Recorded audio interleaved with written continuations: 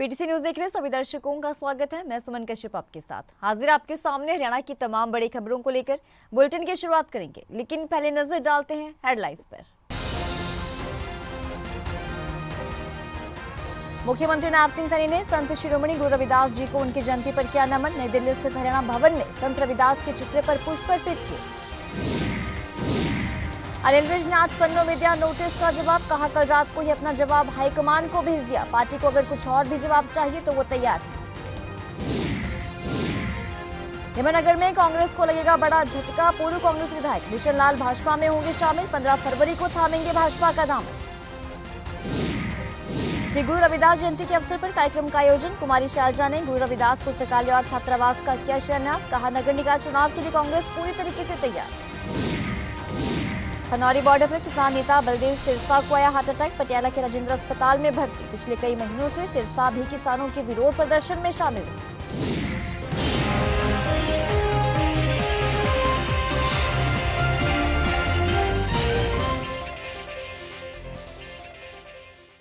और अब खबरें विस्तार से। हरियाणा के परिवहन मंत्री अनिल विज के तेवर जो है वो कायम है। उन्होंने कारण बताओ नोटिस का जवाब दे दिया है। नोटिस का जवाब देने के बाद उन्होंने मीडिया से ये कहा कि उन्होंने इसमें ये लिखा है कि पार्टी को अगर कुछ और भी जवाब चाहिए तो वो भी देने को तैयार हैं। आपको बता दें कि पार्टी हाईकमान की तरफ से सीएम नायब सिंह सैनी और अध्यक्ष मोहनलाल बड़ौली पर निशाना साधने पर उन्हें नोटिस दिया गया था। अनिल विज ने यह कहा कि वो 3 दिन से बेंगलुरु गए हुए थे। उन्हें मीडिया के माध्यम से इस नोटिस के बारे में जानकारी मिली।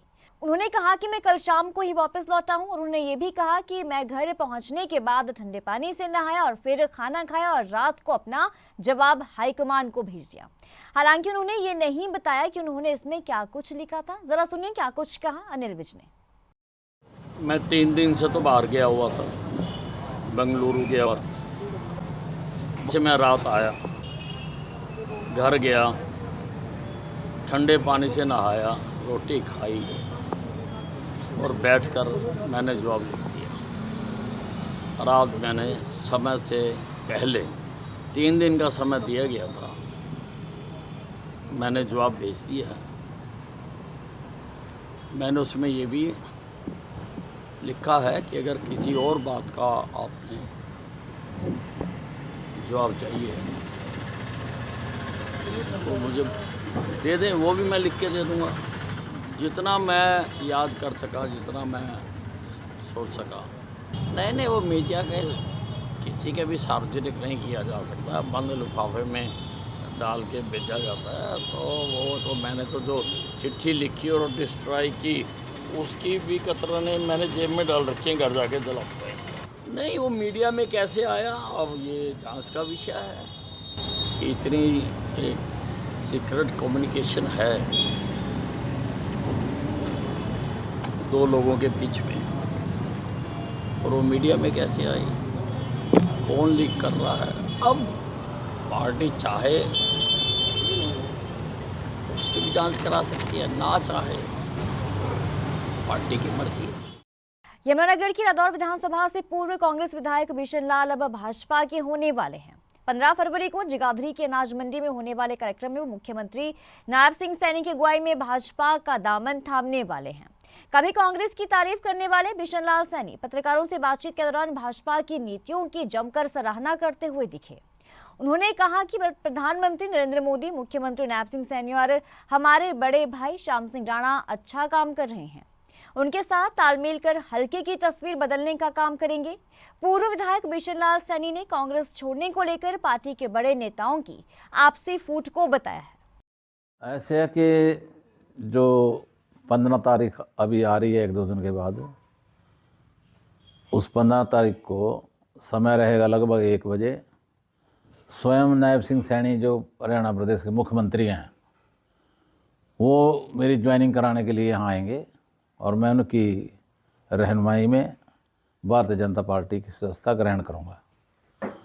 वजह तो मेरी बात सुनिए आप, कि जब कोई चीज़ मिलनी होती है ना, जनता तो कह रही भी राजपाट लो, कांग्रेस वाले अरे यहाँ आपस में लड़ रहे, कदम में जरूरत ही नहीं है। जब भी कांग्रेस पार्टी को राजपाट मिलने का समय आता है, ये आपस में लड़ाइयाँ पा लेते हैं। इससे जो वर्कर हैं, कार्यकर्ता हैं, सारे मायूस होते हैं। लोगों की मायूसियत जो है वो हमारे से बर्दाश्त नहीं हो रही, देखी नहीं जा रही। जिस प्रकार से कांग्रेस के हारने पर कार्यकर्ता रोए हैं घरों में बैठ बैठ कर, वो देखा नहीं गया। संत शिरोमणि श्री गुरु रविदास जयंती कार्यक्रम को लेकर सिरसा लोकसभा की सांसद कुमारी शैलजा फतेहाबाद पहुंची और कार्यक्रम में हिस्सा लिया। इस अवसर पर कुमारी शैलजा ने गुरु रविदास पुस्तकालय छात्रावास का शिलान्यास भी किया। तो इस अवसर पर फतेहाबाद के विधायक बलवान सिंह दौलतपुरिया भी मौजूद रहे। मीडिया से बातचीत में कुमारी शैलजा ने ये कहा कि नगर निकाय चुनाव को लेकर जो है वो कांग्रेस पूरी तरीके से तैयार है और कार्यकर्ता मेहनत करके पार्टी को जीत जरूर दिलवाएंगे। सुनिए क्या कुछ कहा कुमारी शैलजा ने। आज हम संत गुरु रविदास जी महाराज की जयंती पर यहाँ पर पहुँचे हैं और यहाँ संस्था ने मुझे बुलाया। मैं उनका धन्यवाद करती हूँ। बहुत एक अच्छा मकसद लेकर ये लोग आगे बढ़ रहे हैं ताकि समाज के बच्चों को फ़ायदा मिले। यहाँ पर छात्रावास और पुस्तकालय बनाने का इनका प्रयास है, तो उसमें मैं इनका पूरा सहयोग करूँगी और एक अच्छी संस्था यहाँ पर बने ताकि पूरे समाज को फ़ायदा। कांग्रेस की तरफ से जो हम मालूम पड़ा है कि हम जो कॉरपोरेशन है उनमें सिंबल पर लड़ेंगे और परिषद का चेयरमैन सिंबल पर होगा। बाकी आपस में मिल बैठकर फैसला करें कैंडिडेट्स को कैसे कहाँ पर उतारें और उसी हिसाब से आगे बढ़ेंगे। हमारे वर्कर पूरी मेहनत करेंगे और हमारा पूरा प्रयास होगा। केंद्र सरकार के साथ 14 फरवरी को चंडीगढ़ में तय बैठक से पहले किसान नेता एकता मजबूत करने में जुट गए हैं। तो आज यानी कि बुधवार को संयुक्त किसान मोर्चा के द्वारा खनौरी बॉर्डर पर महापंचायत शुरू होने से पहले खनौरी बॉर्डर पर किसान नेता बलदेव सिंह सिरसा को हार्ट अटैक आ गया, जिसके बाद बलदेव सिंह सिरसा को इलाज के लिए राजेंद्रा अस्पताल में ले जाया गया। राजेंद्रा के मेडिसिन के 1 नंबर वार्ड में दाखिल करके उनका इलाज जो है वो शुरू कर दिया गया। डॉक्टरों के अनुसार हार्ट अटैक की दिक्कत सिरसा को पहले भी थी और फिलहाल उनका बीपी जो है वो ठीक बताया जा रहा है। आपको बता दें कि 13 फरवरी को शंभू बॉर्डर पर भी महापंचायत होगी। दिल्ली से पक्षी संरक्षण की टीम चरखी दादरी के गांव बिहरी कला में पहुंची और जलभराव वाले क्षेत्र का दौरा किया और जलीय पक्षियों का निरीक्षण भी किया। टीम के साथ स्थानीय जैव विविधता, वन्य जीव संरक्षण और वन विभाग की टीम मौके पर ही रही।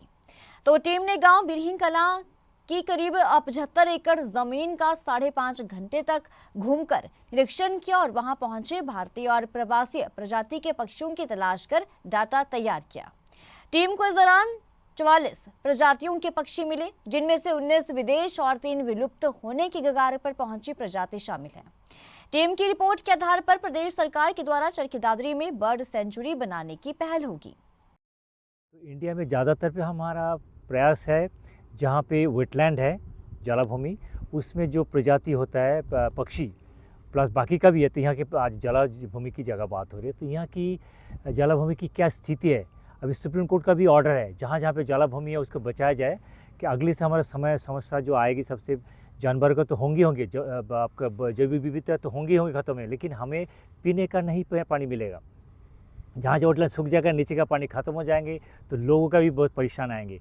तो उस जगह को वेटलैंड को बचानी है और वेटलैंड में जितनी जल पक्षी है उसको भी बचानी है, जिसमें हमें कानून बना हुआ है, वाइल्ड लाइफ प्रोटेक्शन एक्ट पूरा कानून है इंडिया में, जो 600 से ज़्यादा जगह जिसके अंडर में चल रहा है बचाने के लिए। दूसरी बात है कि हमारे वेटलैंड की बचाने के भी कानून है, जो उसको नहीं बचाएंगे तो हमारे इस समस्या आएगी। तो इसमें विदेशी बहुत पक्षी आता है और जिसको अभी देखने के लिए जिसके पर्यटन अलग से आम जो खतरनाक पर्यटन मतलब कि वो मस्ती मारने वाले पर्यटन का हम किसी नहीं कहते, हम कि इको टूरिज़्म, इकोलॉजी इस जगह को बचानी है तभी रहेंगे। तो इको टूरिज़्म को भी हमें बचाना है, उस लोग भी आए बहुत सारे देखे, पब्लिसिटी है, उनका भी कुछ खुशी मिले। ये गांव बिरी कला चरखी दादरी ज़िले का एक गांव है जिसमें नेचुरल वेटलैंड है। इसमें आज हमने यूएसएन और टीके रॉय सर के साथ, फॉरेस्ट डिपार्टमेंट के साथ और वाइल्ड लाइफ स्टाफ के साथ और ग्राम पंचायत के कुछ हमारे कोऑपरेटिव मेंबर भी आए हुए हैं, उनके साथ फाइंड आउट किया। यहाँ 44 प्रजातियाँ मिली हैं जो कि रेयर स्पीसीज हैं और हमारे लिए बड़ी अच्छी अनुभूति है। ये एक आरक्षण क्षेत्र भी बन सकता है, इसीलिए हम ये रिपोर्ट है फॉरेस्ट डिपार्टमेंट के सहयोग से हरियाणा स्टेट बायोडायवर्सिटी बोर्ड को भेजेंगे ताकि इसको बचाने के लिए और इनको सुरक्षित करने के लिए अगला कदम उठाया जा सके। आज ये यहाँ पर पक्षियों के बारे में निरीक्षण हुआ है, जहाँ पर 25 प्रजाति तो इंडिया की हैं और 19 प्रजाति विदेशी मिली हैं। इस प्रजाति के लिए बहुत बड़ी बड़ी टीम आई है, फॉरेस्ट की टीम भी आई है, वन विभाग के भी हैं, और इनको बचाने के लिए एक मुहिम चल रही है। और ये काफ़ी बढ़िया जगह है, चारों तरफ से इसमें पानी भरा हुआ है, पक्षियों के खाने पीने का बिल्कुल व्यवस्था है, पूरी नहर नज़दीक है, और इसको हम तो चाहते हैं कि नेशनल पार्क बने। सरकार की तरफ से हरियाणा गवर्नमेंट से रिक्वेस्ट है कि नेशनल पार्क यहाँ पर बनना चाहिए। तो वहीं पीटीसी न्यूज की टीम ने करनाल के जुंडला में असीस कैटल फील्ड का प्लान जो है वो विजिट किया। आखिर किस तरीके से यहाँ पर काम किया जाता है, पशुपालकों के लिए असीस कई सालों से काम कर रहा है। असीस कैटल फीड के प्लांट में कैसे काम किया जाता है, जरा देखिए ये रिपोर्ट। कि जो हमारा असीस का ये प्लांट है वो करनाल जुंडला में स्थित है और लगभग 8 एकड़ में ये फैला हुआ है।